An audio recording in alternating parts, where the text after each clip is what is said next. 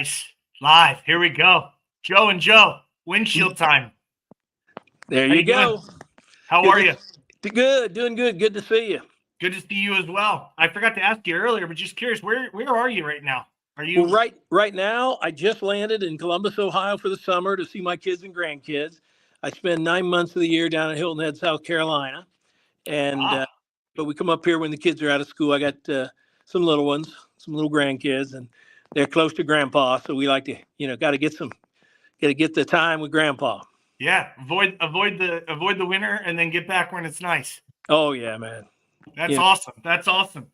Well, we're going to give it a second, get some people to let them join on. But Joe, I've as I mentioned before we even came on, I appreciate your time, obviously, especially now knowing it's taken a little bit away from the family and the grandchildren. So hopefully we can make it as valuable for everybody in the group and not waste any of your time before we dive in.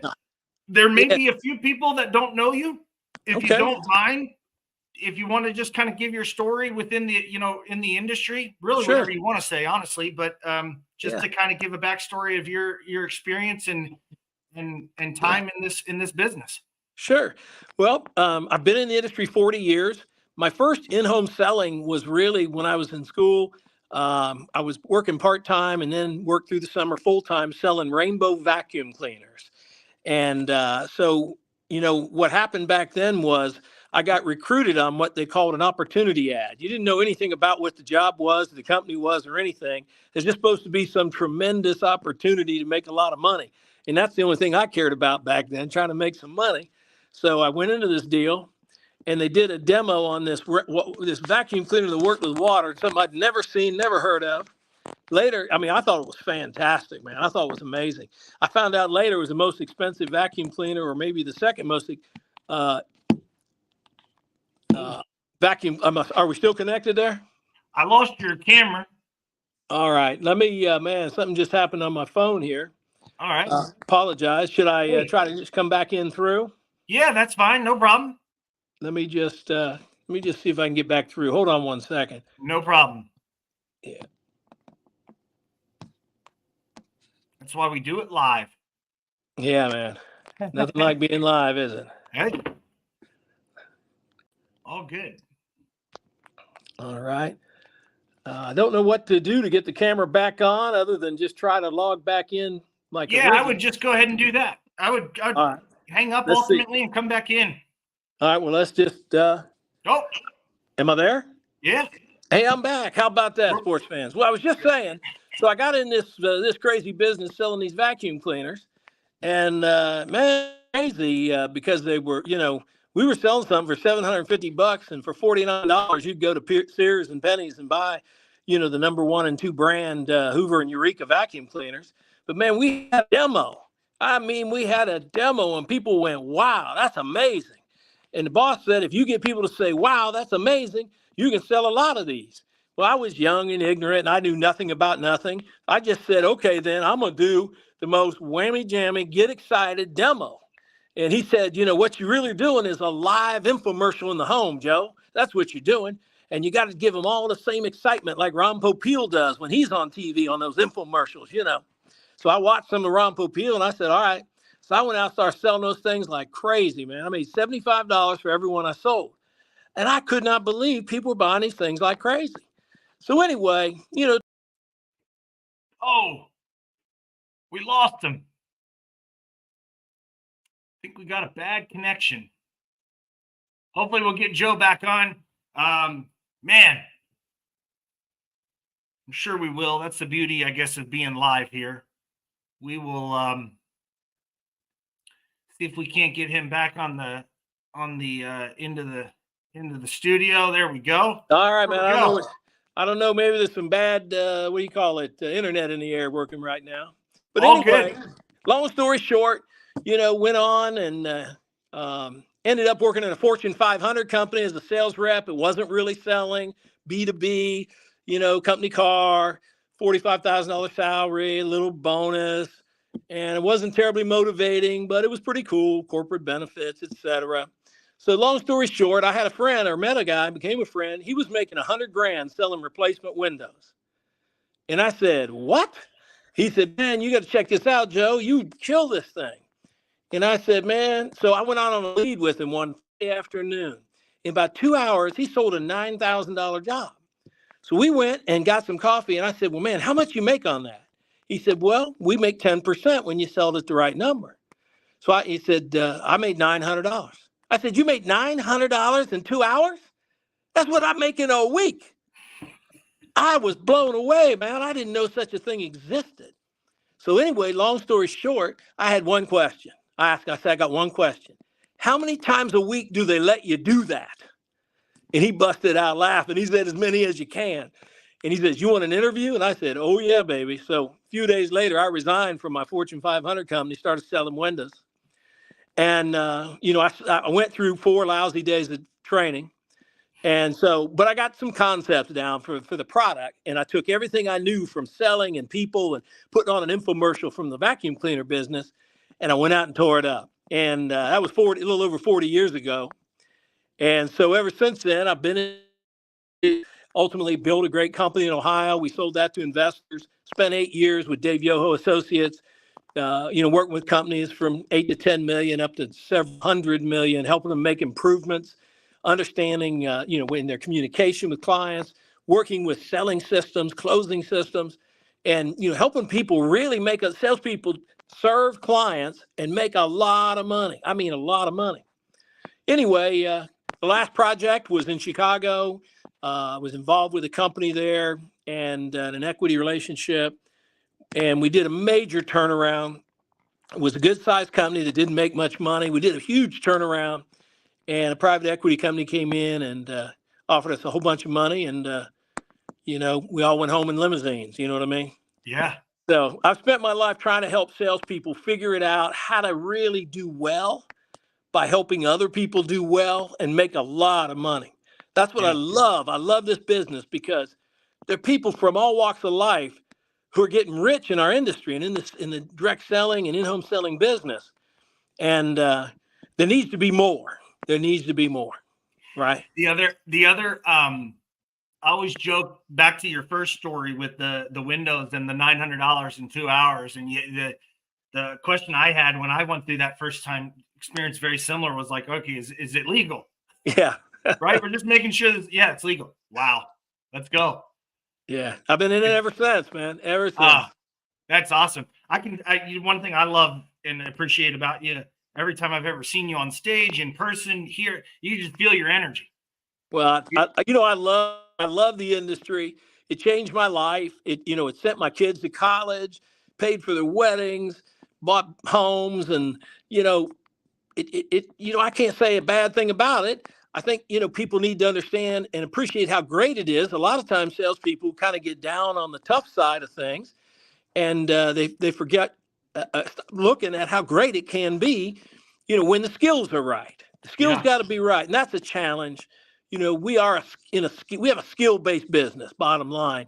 And sometimes when people's skills are off a bit or off a lot, sometimes, they don't get the results, and then they think it's the customer, they think it's the business, the price, you name it. But it's always the man in the mirror, the lady in the mirror. Yeah. Speaking of skills, where do you think the biggest disconnect is between, you'll hear people say, the knowing and the doing gap? What do you think is the cause of that? Well, I have taught for many years bell curve theory, where people get in the business and they know they do not know if they come from outside the industry, and those are kind of my favorite people because they know they do not know.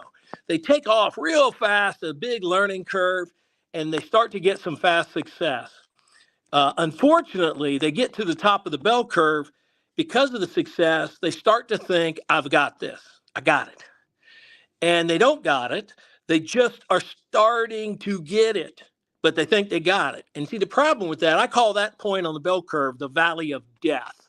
That's where people that were on the road to riches go to die, the valley of death. Yeah. I got this. The truth of the matter is, once we get a mindset, I got this, or these mindsets of, well, selling, and, I've been doing this for X years or whatever, we really close off to new ideas and new awarenesses and new possibilities, new understandings. And unfortunately, then, things just get harder and harder and harder. And I just see people dropping out of the business. And it's terrible because there's no place I know of where Joe Talmon could have gone and just got wealthy the way I did outside of this industry. They're in a bank, a financial house, a manufacturing major company. I could have worked for that Fortune 500 company for 40 years, got a little pension, retirement, had my company car, all that stuff. But I never got wealthy. Yeah. I'd never own multiple homes and send my kids to college debt free. This industry offers so much when the skills are right. But see, as soon as the mind turns off to this thing, why I got this. I know what selling is. I know what the problem is. It's the customer. That kind of thinking is what wipes careers out. And it's unfortunate.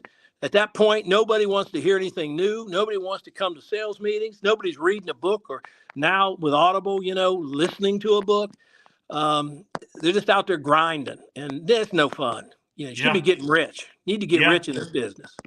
So that's I think it's always, like you said, it's probably always been a little bit of a problem, but I think you're seeing it as we come out of this and have been coming off this bubble from COVID, right? Where if you got in this business in the past, 4 years or since, let's just say March of 2020, and now you're getting up every day going, man, this is hard. It's just not as easy. It's not that it's any harder than what we all are used to. It's the perspective, right? Having an understanding of, and something to compare it to. And I see the skill set challenge because naturally during COVID, it was how quick can we get a class out? Yes. Yeah. The skills, I say this is a skill-based business because it is. I'll tell you something. When skills are improving, sales are always improving. Income is always improving. When skill improvement halts, nobody stays at the same level. Every book on human achievement states that when you're not improving, you're not staying the same. You're slowly declining. And it's sneaky. You decline so little at a time, you don't notice it until one day you go, oh my God, I'm not making any money at this anymore. And it's just part of human nature. And we need to understand that we gotta keep climbing up the mountain. We're not at the top. There's still another 400 feet to go. But you got to hone skills, communication skills, understanding people skills.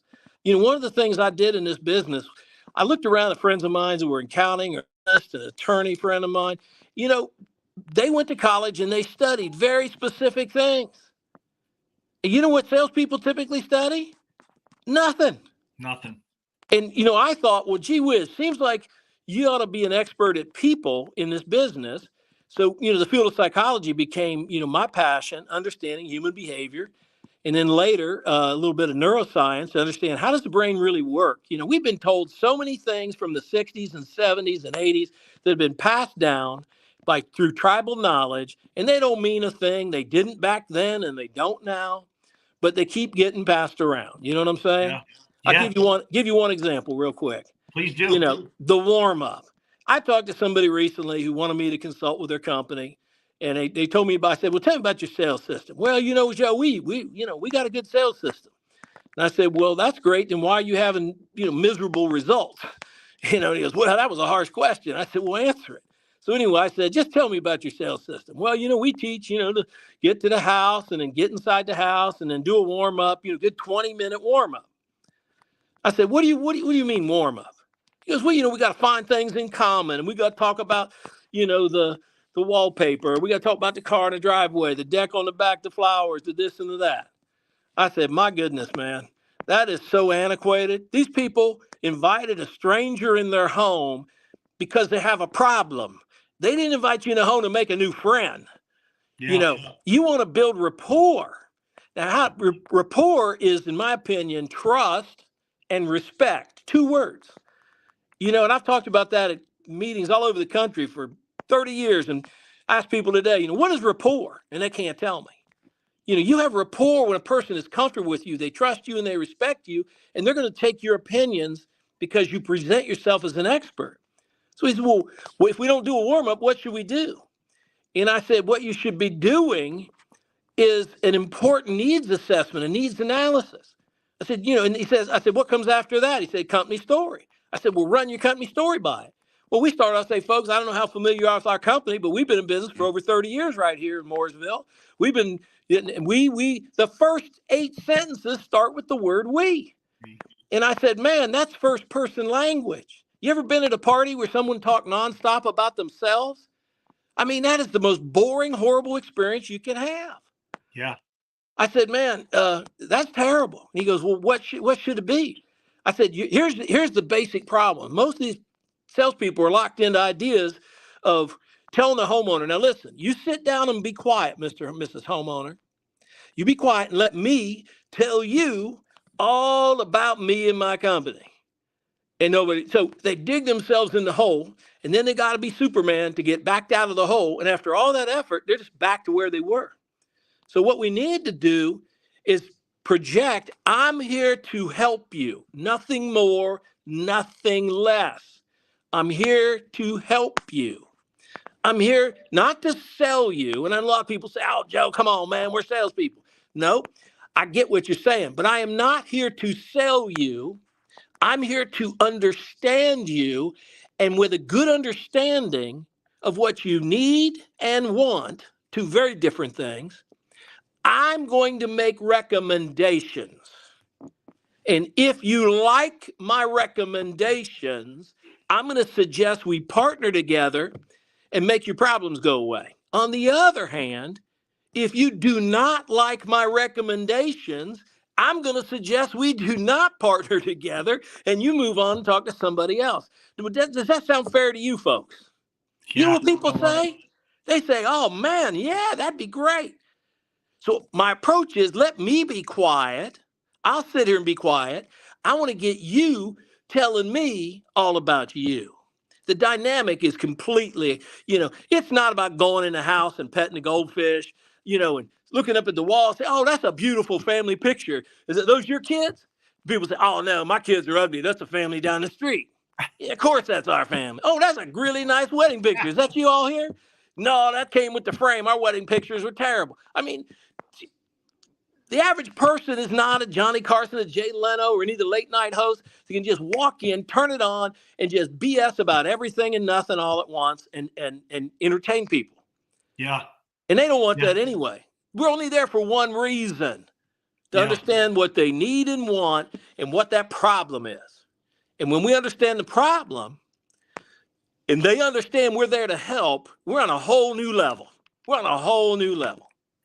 I got a question. That you mentioned something I'd like to, if you don't mind, just deep dive on it for a second. You mentioned the big difference between needs and wants. What do you mean when you say that? Well, a lot of times people have their needs list, and it's a short list. Like I need a new roof, I need new windows, need a new bath, need a a friend of mine was just looking into the external generators for when the power goes out. And but what they want, so that needs list is usually pretty short. The wants are the problem. The problem is what they want is just a little bit of information. They want a price. I always tell people the homeowner wants 3 things. They want just a teeny tiny information. For most, a brochure will do because they don't know any better. They want a price. And the third thing they want is the salesperson to leave. Those are the 3 things they want. So what we've got to do is educate people about what's happening in the industry these last several years. We're going through the greatest shortage of highly skilled labor ever. Articles in Remodeling Magazine, Qualified Magazine over the last 6, 7, 8 years up through today talk about the shortage and the terrible work that's being done. Homeowners getting just, horrible, horrible situations. And they need to understand that what they need is a well-established professional company with the credentials they can trust and the credentials they can rely upon for a beautiful outcome. See, people think if they're in the window business, they're selling windows. They're not selling windows. People say, Joe, man, that's crazy. I sell windows. No, that's not what you're selling. You're selling the promise of a beautiful, beautiful outcome to existing window problems. Hey, nobody ever wanted to buy windows. They just want their problems to go away. What they want is a beautiful, beautiful outcome. And that's why I say we got to sell the outcomes way more than the details, way more. But we build the needs, and then the needs and the wants by pointing things out. So people say, well, our company this, our company that. Here's my approach. Folks, let me ask you a question. How important is it to you that if, say, a worker got hurt at your home, had to call 911, how important is it to you that, they'd have the kind of insurance coverage or workman's comp coverage, or that you're not going to get sued for their medical bills? How important is that to you? Guess what people say? That's real important. Oh, well, since that's important, since you said that, let me tell you just a little bit, just a touch, how my company's going to protect you and make sure you're never walking up the courthouse steps getting sued because a guy was caulking on the second floor at the top of the window. And he didn't fall too much. He just fell to the ground. And he wasn't hurt too bad. He only broke his back in 3 places. That's when the homeowner runs out and says, hey, you all got coverage? You got insurance? See, that's the wrong time to have that conversation. That's the wrong time to find out. I could tell the story about the guy that looked back up at the lady and looked at her beautiful colonial 2-story home and said, I always wanted to own a home like this. Yeah. See, but most people say, well, let me tell you about our insurance, and let me tell you about our liability insurance, let me tell you about our workman's comp. And it doesn't get personal. But when you start with a question, what I teach is called question-based selling. Everything starts with a question. Mr. and Mrs. Johnson, how important would it be to you to be protected in the event of X? Wow. Well, then let me just show you how we will protect you, right? So instead of saying we've been in the business 30 years, like someone cares, nobody cares. Nobody cares. And people, man, you want to get an argument in our business and direct selling. And people go crazy on that when I say that. But here's what I know. Because I've studied for the last 35 years, 160 books, the 2 biggest sales events in retail history is grand opening. Grand opening. You got no credibility in town. You don't know nobody. Nobody knows you. But you're having this fantastic, super whammy-jammy grand opening sale, and you're going to blow the doors off the roof off the place. You hear me? Now, the second biggest sale day is the going out of business sale. Now, think about this, man. People are saying there's no warranty. Go back to when Circuit City went out of business. Had all those electronic stores, hundreds and hundreds and hundreds across America. They had signs on the door that said, look, there's no return, there's no refund, and there's no warranty. Think about that. Yep. They stocked the stores to the ceiling and sold all that stuff out. So you tell me, oh, man, I'm a roofer. I'm the guy that's been in town 30 years. Well, why don't you dominate 70% of the market share then, if that's what people care about? Here's what people care about. You ready? Yeah. The outcome. Can you deliver the outcome? Can you take all my fears away? Here's another great question. Folks, tell me something.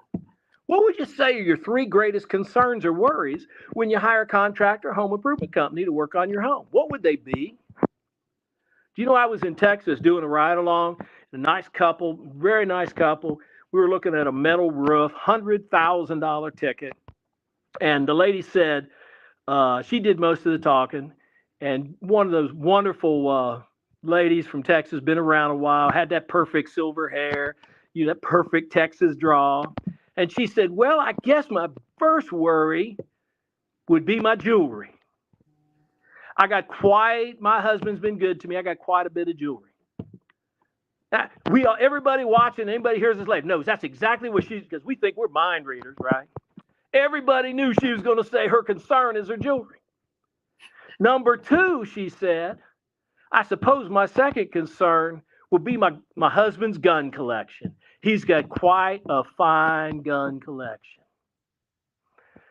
And I said, what about number 3? And she said, well, I think number 3 would be that this thing gets started and it drags on forever and just never gets done, or it's just never done right. I guess that'd be my number 3. Now, we knew those were going to be the 3, right? No, we didn't. Right. No, we didn't. But I wrote those things down. I was showing this young man how to engage and show I care about you. I want to know about you. What's on your mind? What are you afraid of? What are you worried about?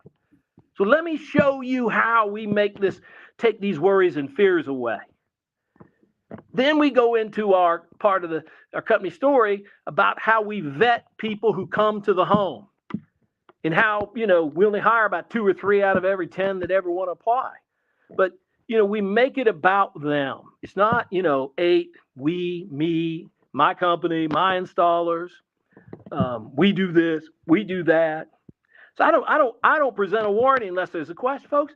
Let me ask you, how important is a warranty? Say on a scale of 1 to 10. How important is it to you to have a really comprehensive warranty? Scale of 1 to 10, how important? You'll get 8, 9, and 10. I say, wow, since it's that important, I think we probably should just take a little look at the warranty here for you then. Does that make sense? What do they say? Yeah, Joe, show me the warranty. Versus the people sitting there quiet for the last 30 minutes because the salesman had to stop talking like a cassette player, a CD player's on. And, because these interactive questions, question-based selling, they're always participating. They're always involved. And then I say, well, since it's important to you, which is the most important word you can use in the home, you, your home, your wants, your needs, your desires, your worries, your fears, my visit's all about you. But see, salespeople make it all about them, their company, their product. Nobody cares about the specs. Let me tell you something. You know what they care about? A beautiful outcome. Let me give you a powerful question, salespeople. If you have a needs assessment or if you do it or you don't, at least ask this question. Folks, this is really important to me. I got to know this. Everybody wants a beautiful job the day the job is done. Here's what I want to know.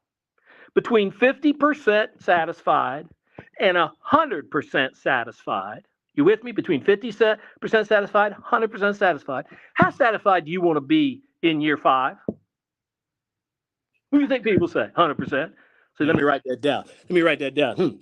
Year, and I go, Got to learn how to say, while you're writing, And then I say, okay. Now, again, between 50% satisfied and 100% satisfied, how satisfied do you want to be on year 10? I'm going to write this down.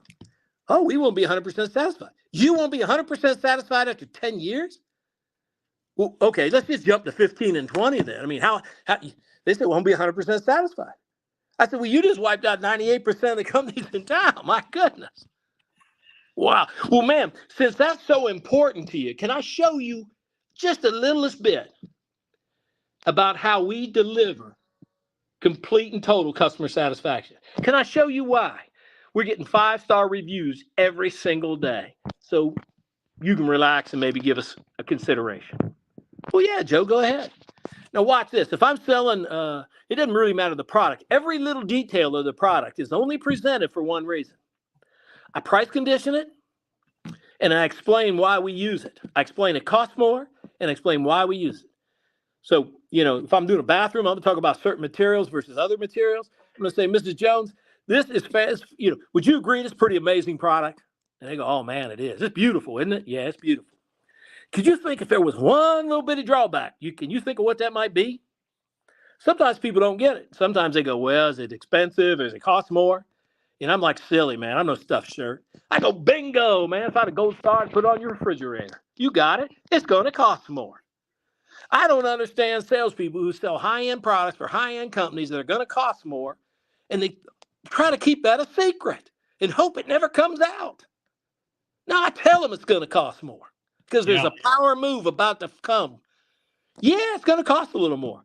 But see, quality only costs more when you make the investment. Most people figure out in their life, quality always costs less over time. Isn't that right, folks? Isn't that right? They go, that's right. Yeah. So let me ask you, to get all that we're bringing to the table with this whatever, are you willing to invest a little more so we can deliver 100% satisfaction? Not on the day the crew leaves. You said you wanted 100% satisfaction 5 years, 10 years, 15 years down the road. This is the only way we can give you 100% satisfaction. Initially, you're going to have to invest a little bit more. So here's my question. Is that okay with you? And people say, yeah, that's okay. That's okay. Now, I just told them it costs more, and they just told me that's okay. See, I'm not hiding from the fact it's probably going to cost more. Now, I do that on the second thing that comes along. And I say, now, you remember before, we do it this way with these pieces, parts, components, whatever. And so, folks, now, if there was one little bitty drawback, what do you think that rascal might be? Oh, you want me to say it's going to cost more? I say, well, it is. But would you want it without it? No. Would you ever let something be put in your hand? No. So are you willing to invest a little more? Again, here's why we do it. There's only one reason, Mr. and Ms. Smith, why we do this. This component, this product, this process, this sealant. You know what it is? To deliver your 100% satisfaction, which you told me was important to you. Everything comes back to you. You know why we do this? To deliver that 100% satisfaction you said was important to you. Now, Mrs. Smith, Mr. Smith, if you said 50%, I'd be recommending something completely different. Right? Yeah. Now, watch this. After the second time, I'm going to stop. I'm going to look at the people. I've told them twice my product, my system, whatever I'm selling, my cabinets, whatever it is, are going to cost more. Twice they've said it's okay. So now I'm going to go for the kill shot. I love this. It's so much fun, and it's no stress, no pressure, and people just react positive. I say, folks, now, when we get all done today, you can tell me anything you want to tell me, okay? There's just one thing I'm going to ask you not to tell me. And I want you to promise me you're not going to say this. Okay. Promise me you're not going to tell me you need to look around and see if you can get a lower price. Because I just told you you can get a lower price. These two items alone require this product, this system, this installation requires a little bit more of an initial investment, right? I mean, it'd be illogical if I tell you it's going to cost more for you to tell me you need to see if you can get it less. I already told you can get something for less, just not anything like this. Does that make sense, folks? And they go, yeah. So I keep telling them it's going to cost more. Is that okay? We do this. I'll give you an example. I know some people, when they do bathrooms, there's a lot of people that it's a huge industry and a tremendous amount of money in these 1-2 day quick bathrooms. Customers love them, beautiful products. But, I know a company that uses aquarium sealant to seam corners and panels, aquarium sealant. And they explain, say, folks, you ever been to an aquarium? You ever seen one leak? There's 100 brands of caulk on the market, from the cheapest to the cheap to some better stuff, but there's only one thing guaranteed. I mean, you go to the zoo, how many gallons of water are behind those aquariums? They're not leaking. Be honest with you. You ever took your kids to the zoo? You ever been to the zoo? You ever seen one of them aquariums leaking? Never, right? So is it safe to say you want your new bath system to leak? Never for life? Yeah. We use aquarium sealant. It's used in aquariums. Now, it's only one little bitty drawback. And they go, yeah, we get it. It's going to cost just a little bit. And it's only initially. Folks, we know quality always costs less over time. So the point of it is, it's an entirely different conversation when you start everything with a question and they tell you, I want to know about wait a minute, tell me about that. See, instead of saying, I got to tell you this, I got to tell you this, I got to tell you this, I got to tell you my story, I got to do my pitch. See, I can't give you the answer yet. I got to tell you. Instead of asking questions, is this important to you? Sure. Hey, do me a favor, 1 to 10, how important? I go, well, 8, 9, or 10, whatever they say. You say, well, since it's that important, let me show it to you. They want to see it. They want to hear it. It's, it's a whole nother world. There's so much there to unpack. I gotta kind of layer back to you on a few things that I picked up on. So one of them with the couple in Texas, there's no way, if you don't ask, that you find out about those two things that are important to them. There's no way. There's nothing in our model that you're going to cover that would specifically address those two things. And if those fears aren't addressed, she's not going to buy. Yeah. That lady ran the house. Her husband was, they were a well-to-do couple, but you knew after about 15 minutes in that house who pretty much calls the shots. Yeah. And no one was going to sell her until they understood what her real fears and her challenges, her words were, and then make those things go away. The other thing that I would add, if you don't mind me adding it to it, I love the the difference between needs and wants. And you talk about, they want as little, a brochure, a price, and you to leave. That's right. And I add a slight fourth. In a normal environment, customers want to give you as little information as possible because they're so guarded against it being used against them. That's right. That's But right. if you develop, like you mentioned, the trust and respect and rapport, and you ask the right questions, now you start getting those kind of answers that are not surface level. Yeah. And they see surface level. Like, for example, I've worked with a lot of people. I was primarily in the window and door industry. We did siding and some things, but 90%, 85% of the business was windows and doors, primarily windows. But here's the point. People in their presentation say, Mr. Jones, you go out to somebody's house, say, now here's the top 5 reasons people buy windows. You know what I say? I go, Mr. Jones, if I'm in a cold climate, which I am a lot, but let's just take that as one example. Tell me, how many of your windows were cold and drafty last year? Pretty much all of them. Well, how does that make you feel in the winter when you're paying the heat bill and these windows are cold and drafty and some of these doors cold? How does that make you feel? Do you ever think about it when you're writing a check or it's being automatically zapped from your account? Energy bills have gone up really quite a bit over the last few years. Electric itself has gone up something like 20% in the last 3 or 4 years with all the green investments. But so tell me this, what are the 2 things you hate most about? I mean, hate it. What do you hate about your windows? See, hate's a strong emotion.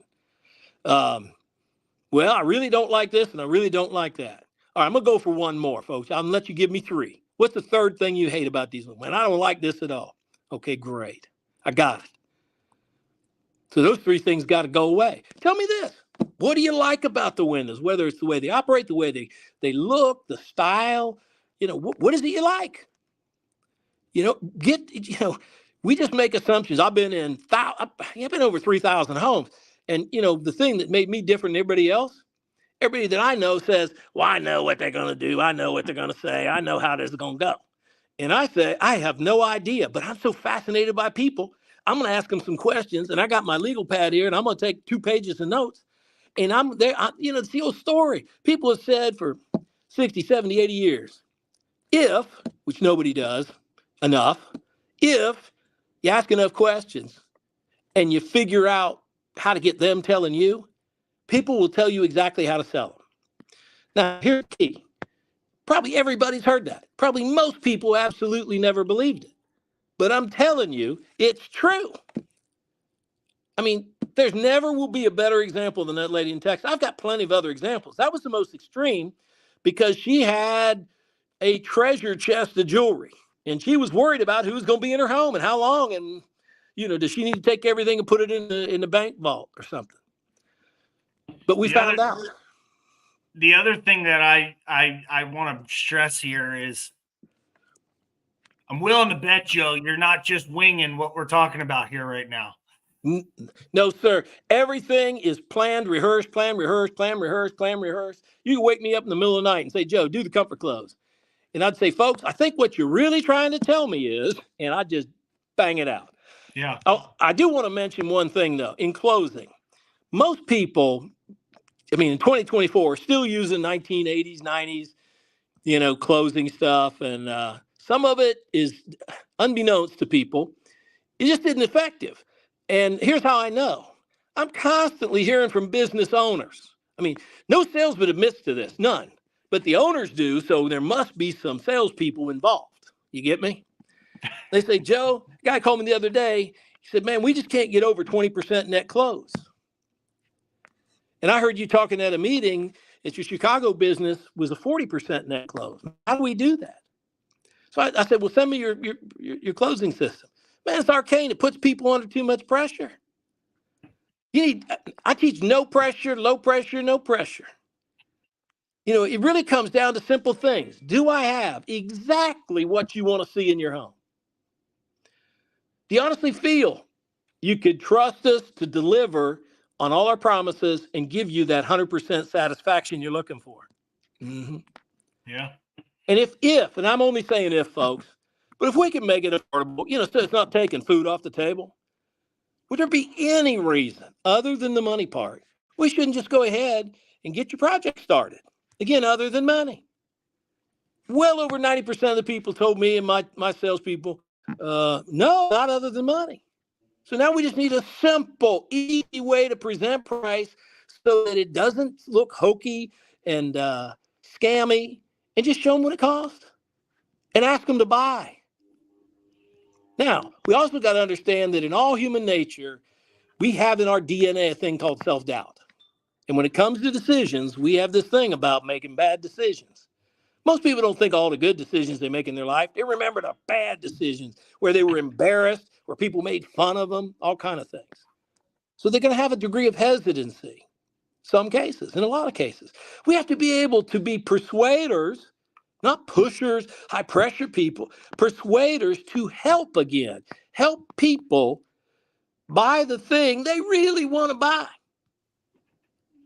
Yeah. But if they don't really want to buy it, there's nothing, they're not in love with it. I love to ask people silly questions because I don't want to be a stuffed shirt. I'm not Mr. Businessman. I'm just there to help, baby.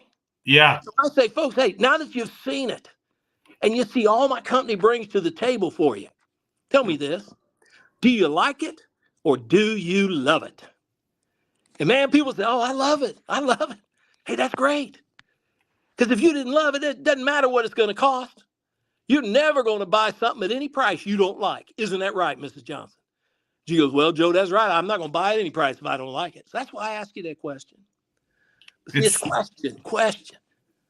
But then how do you help somebody that's nervous and they kind of getting, dancing around, saying things, or just emotional responses? My favorite approach is simple. Restate whatever it is they say to the truth.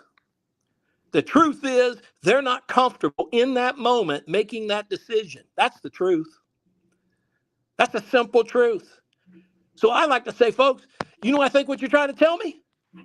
I think you're really just trying. I don't care what they said. They could have said, I'm going to get 9 more estimates. You know what I'm going to say? Well, thanks for sharing that. I appreciate you being open with me. But I think what you're really trying to tell me, this is a restate step.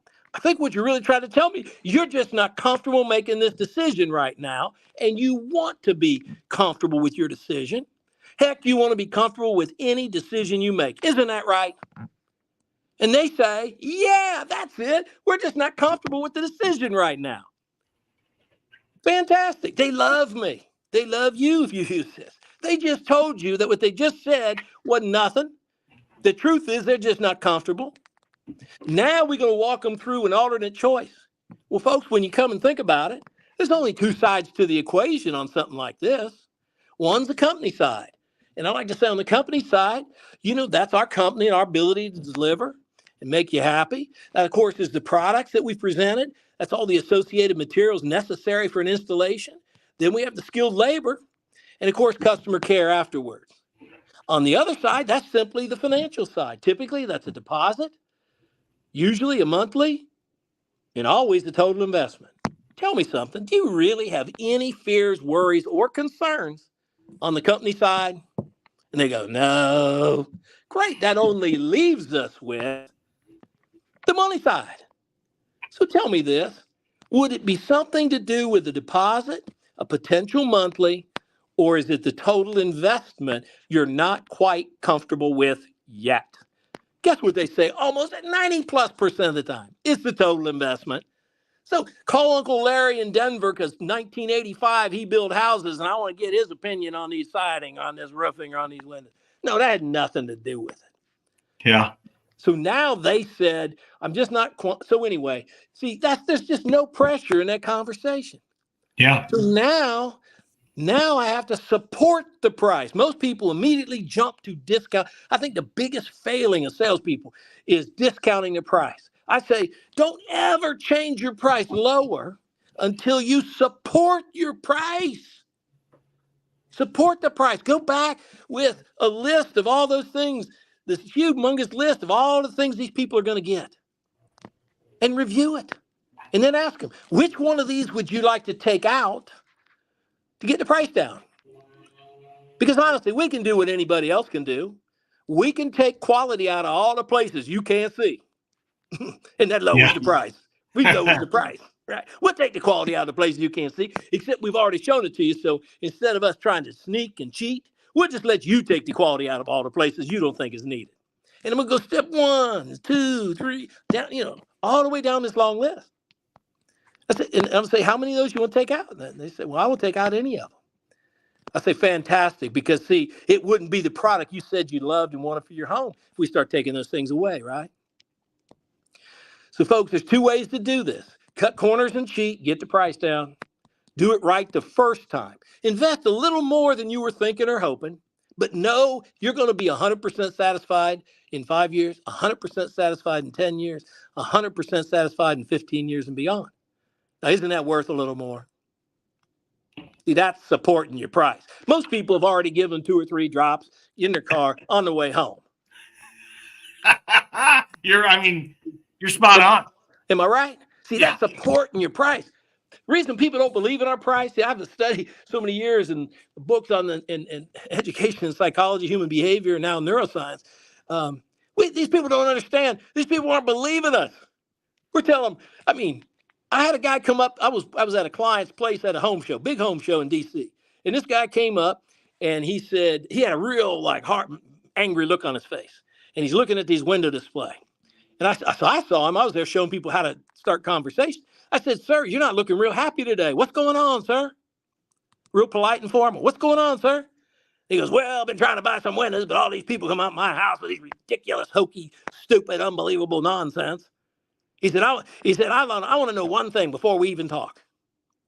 Is your guy going to come to my house and tell me he's going to give me $1,000 off for a yard sign? Because if he is, I don't need to talk to you people. You know what I said? I said, sir, sounds like you've had a bad experience. Tell me about it. And then he opened up and told me all about the visit, how bad it was. He lives on a farm, got this beautiful home from the early 1900s, huge windows, single pane, but they're just drafty as heck. And he's just got to do it. He said, there's not a house within a half a mile in either direction of my house. There ain't nobody running up and down this country road. You think I'm stupid? You're going to give me 500 one company, 1,000 another company for a yard sign? That's the most stupid thing I ever heard in my life. You know what I told him? I said, sir, I promise you one thing for sure. We will never offer you money for a yard sign. Fair enough? We went on to set an appointment. I don't know what happened to it. But see, it's about how we communicate. And often in closing and selling, we communicate stuff people just don't believe. We say this stuff, they don't believe it. Here's how I know it's true. Here's how I know it's true. People out there closing 25, 20, I'm talking net. I don't care. You got to tell me, I'm a 70% closer. What's the net? Well, like 22. I had a guy tell me he had a salesman with 30% cancellation rate on a 70% close, and then he had his bank turned down. So I'm like, no, I don't talk net. I don't care about anything but net. Right. Net. And there's people, I talk to people every couple of weeks all over the country. They're not out there 30, 35, 40% net. They're not. So really, I've invented a new term everybody should be tracking. Are you ready for this? You probably never heard this. This should be on every CRM. It should be in every report for sales managers, owners, and salespeople. I call it the rejection rate. The rejection rate. Sales manager called me the other day and said, Joe, I got this guy. I don't know what to do with him. He used to be a rock star. He used to sell $1.5 million. He had a 4,000 NSLI. He made money. We made money. He's down to 18% close, net close. I said, let's see. That means he's got 18. That's an 82% rejection rate. Now think about this. The guy says, well, I ain't like him. I got a 30% net close. So you got a 70% rejection rate. Let me ask you a question. You got a great presentation? Are you good at it? Does what you do make sense to people? When you show what you got, does it make sense to people? Do they love it? Well, how in the world does 70% of the people reject you then? Something's wrong. And that's the story we tell ourselves. You see, in the psychology textbooks, it says there's nothing more powerful than the story we tell ourselves. And too many salespeople are telling themselves stories and believing things that aren't true. And they're telling homeowners things that they sure don't believe are true. That's the problem. Jesus, Joe, you just dropped.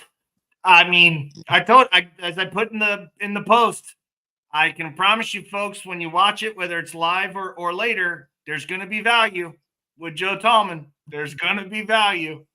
Yeah. See, we got to make it easy for people to buy. We need to make, people make the closing process sometimes so complicated. It's hard for somebody to make it easy. It should be easy. Should be easy. I think you see that with and it's different, but like you see it with I notice it with how I buy, like with Amazon. It's just a swipe. Like there's no friction, there's no nothing. It's right. All the information's there if you want to read it all. But if you see what you like and it fits within your budget, and you swipe, but you also know you have no risk that you could return it without any questions, right? And you have those guarantees. Yeah. See, Amazon set the standard for all of us, and very few people even know it or are even trying to ratchet up to anywhere near what they give people. Here's why Amazon does so well. They give the buyer a hassle-free guarantee. There's just no way to get beat up, screwed over, taken advantage of. It just doesn't happen. Yeah. They just don't allow it. They don't allow it. You're spot on. It's a good way to explain it. Simple as that. So it's in other words, it's easy to do business on Amazon. It's easy. They make it easy. Everybody, do you remember a few years ago when Staples came out and had the easy button? Yeah. They had it on a commercial. Yeah. And then people went to Staples and said, "Hey, that was kind of cute. I want to buy one." Yeah. They're like, no, that was for the commercial. We don't have those. We don't sell those. So many people across America thought that was cute and that would be fun at their desk or whatever, the easy button. They started selling them all, millions of them all over America. The easy button. Here's what people want in life when they buy a home improvement. They just want it to be easy. They just want the problems to go away. And they just want the outcome to be great, right? Yeah. That's what they want. That's what we got to talk about. We need to sell how great life's going to be when our company's done. When my company's done, let me tell you how great this is going to be. Every time, and you give them the future. You take them in the future. You say things like, folks, every time you pull up in your driveway and you see this beautiful exterior renovation, big smile's going to come to your face. Every time you're out there cutting the grass, the kids are playing, you're doing a barbecue, and you look up at your house, you're going to have a big smile because you're going to know you got the best looking house on the street. That's what we specialize in. Does that sound like what you want? Yeah. Hey, then it sounds like we ought to partner together. Partner together. See, language matter. We ought to partner together and do this thing. This is awesome.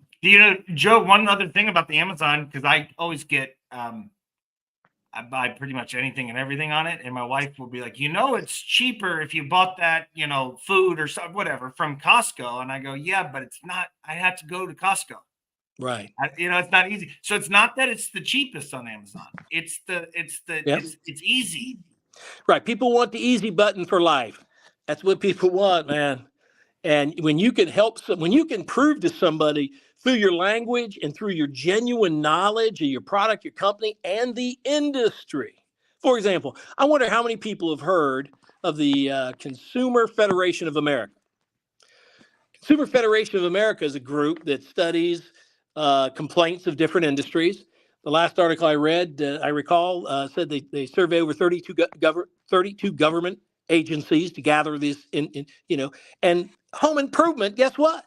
Comes out number 2 year after year as the most complained about industry.